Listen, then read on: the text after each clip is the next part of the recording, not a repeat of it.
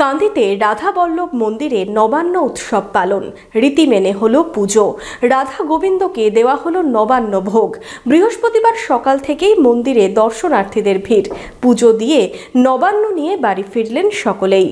বিশেষজ্ঞ চিকিৎসকদের সম্মিলিত প্রয়াস চরক ও Jivak square diagnostic and research centre speciality ও মাল্টি স্পেশালিটি পরিষেবা নিয়ে এবার আপনাদের শহরে উন্নত ল্যাবরেটরি, সিটি স্ক্যান, ইমেজিং পরীক্ষা সহ বিভিন্ন পরীক্ষা করা হয়। যোগাযোগ 7477799962, 7477799963।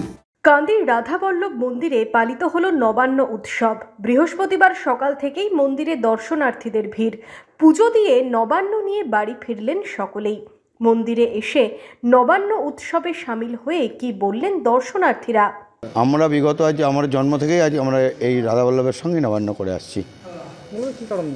কারণ হচ্ছে একটা আনন্দ উৎসব, আনন্দকে স্মরণ করার জন্য এটা করা। তিনি আমাদের স্মরণ করেন, আমরা একবার করে মন্দিরে আসি।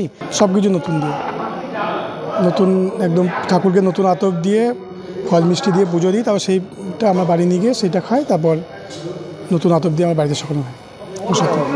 নতুন চালের গুঁড়ো, সাথে বিভিন্ন রকম শীতকালীন ফল, দুধ, নতুন গুড় এবং সামান্য পরিমাণ আদা মিশিয়ে তৈরি করা হয় একরকম নৈবেদ্য। মন্দিরে নিবেদনের পর সেই প্রসাদ গ্রহণ করলেন দর্শনার্থীরা। আজকে 19শে অগ্রহায়ণ 5 ডিসেম্বর একটা নবান্নের দিন ধার্য করা হয়েছে। এবং এই নবান্নের দিনে সকাল থেকে বেলা 11টা-12টা পর্যন্ত প্রচুর দর্শনার্থী বা সবার প্রসাদ প্রার্থী তারা এখানে আসেন এবং নিয়ম মেনে বা লাইন দিয়ে তারা সসম্মানে রাধাবল্লভজির প্রসাদ বাড়ি নিয়ে যান। প্রতি বছর কি এই দিনেই নবান্ন পালিত হয় মন্দিরে? কি জানালেন মন্দিরের সেবায়েত।